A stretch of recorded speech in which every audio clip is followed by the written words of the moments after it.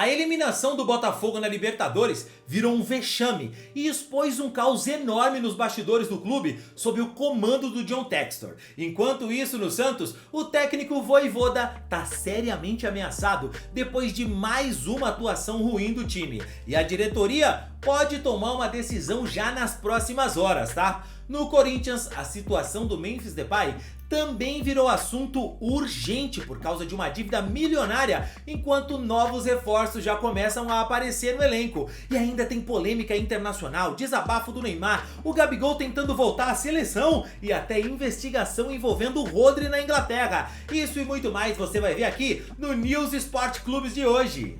A eliminação do Botafogo na Libertadores virou mais do que uma derrota, meu velho. Virou um vexame que expôs o caos que o clube vive fora de campo. O Alvinegro perdeu por 1-0 para o Barcelona de Guayaquil no Newton Santos e caiu ainda na fase preliminar da competição, ficando fora da fase de grupos logo no primeiro grande objetivo dessa temporada. Só que o problema vai muito além do resultado, cara. Nos bastidores, o clube vive semanas que são turbulentas sob a gestão do John Textor. O Botafogo passou por transfer ban da FIFA, atraso salarial, conflito interno entre dirigentes e, velho, o bloqueio para registrar reforços, por exemplo, era conhecido desde outubro, mano. Sabe assim?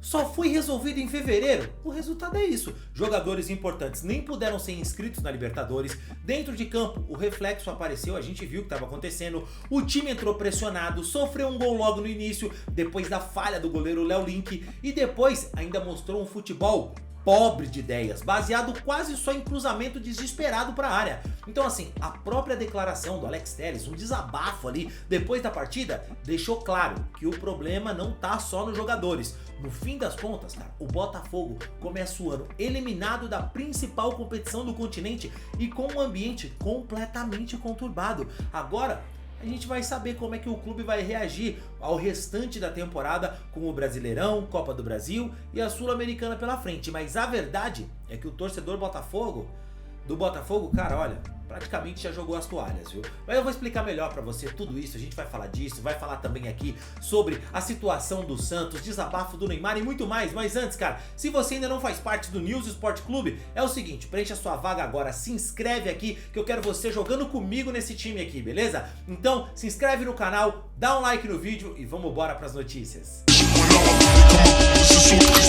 A situação do Juan Pablo Vojvoda no Santos ficou bastante complicada. E o empate contra o Mirassol pode ter sido ponto de ruptura de vez com a diretoria, tá? A diretoria do Peixão vai se reunir para decidir o futuro do treinador argentino e a possibilidade de demissão já está sendo tratada no Santos, tá? O que mais irritou a diretoria do Peixão foi justamente o desempenho do Santos, cara. O Santos jogou muito mal. O Santos teve 10 dias livres para treinar no CT Rei Pelé, mas entrou em campo contra o Mirassol com aquela atuação xoxa, sabe, mole, bem abaixo do que se esperava. O time chegou a estar perdendo por 2-0 e só conseguiu reagir graças aos gols do Gabigol, que marcou 2 e evitou uma derrota ali do Santos, que com certeza causaria a demissão do Vojvoda já no vestiário. Outro ponto que gerou críticas internas foi a leitura de jogo do treinador. A avaliação dentro do clube é que o Vojvoda demorou demais para mexer na equipe e a reação só aconteceu depois das substituições. O treinador já vinha pressionado desde a eliminação no Campeonato Paulista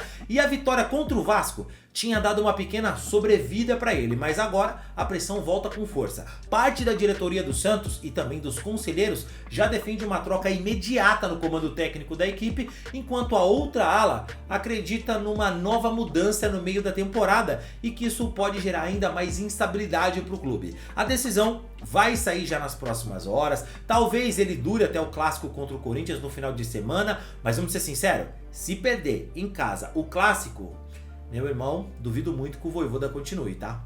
O Corinthians tem uma nova prioridade nos bastidores e ela envolve um dos principais nomes do time. Assim que resolver a dívida com o Tadieres pela contratação do Rodrigo Garro, a diretoria pretende avançar na situação do Memphis Depay, tá, cara? O objetivo do clube é discutir a renovação de contrato do atacante holandês, que hoje tem vínculo com o Corinthians apenas até o dia 20 de julho de 2026. Pois é, depois da Copa, o Depay pode nem voltar. O problema, é claro, é financeiro. Atualmente o clube deve de cerca de 40 milhões de reais ao jogador, valores que estão relacionados a luvas, bônus por desempenho, todos esses já previstos em contrato.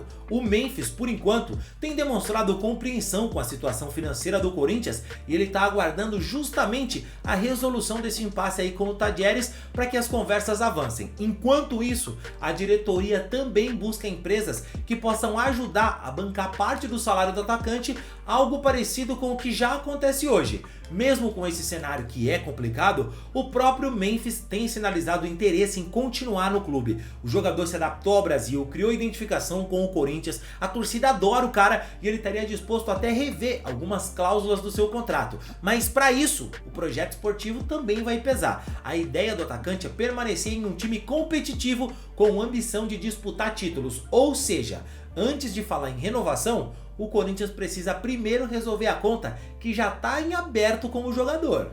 O Zacarias Labiá vai estrear pelo Corinthians. O meia marroquino vai ser relacionado para o jogo contra o Coritiba, depois de evolução física e boa adaptação ao elenco. O Flamengo está monitorando o centroavante Viveros do Atlético Paranaense. Segundo a imprensa colombiana, o jogador entrou no radar do rubro-negro antes do fechamento da janela. E o Jorge Jesus, voltou a falar do Mengão, revelou que deixou o clube durante a pandemia no Brasil por medo de morrer por aqui. O técnico disse que o período de isolamento no Rio de Janeiro pesou muito na sua decisão. O Gabigol marcou 2 gols contra o Mirassol justamente diante do Carlo Ancelotti e falou sobre seleção brasileira. O atacante disse que espera melhorar ainda mais para depois poder voltar em sonhar com Copa do Mundo. O Thiago Silva explicou a sua saída do Fluminense em entrevista recente. O zagueiro afirmou que precisou fazer muitos sacrifícios para voltar ao clube e que ele entende a frustração da torcida pela sua saída.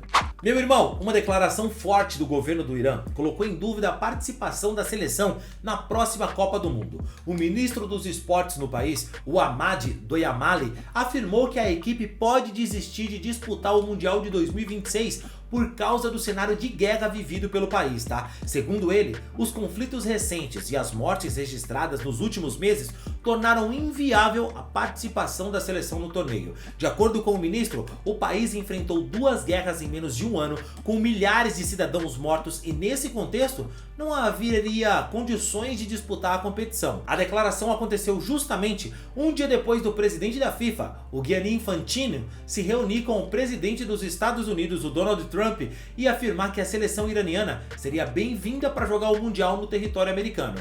Caso o Irã realmente confirme a desistência, a seleção pode sofrer punições da FIFA. O regulamento prevê a multa que pode chegar a 250 mil francos suíços, além da perda da vaga na Copa do Mundo. E se isso acontecer, a vaga do Irã pode ser repassada para outra seleção nas eliminatórias asiáticas ou até para uma equipe que esteja disputando a repescagem internacional. E aqui, cara, eu vou ter que falar.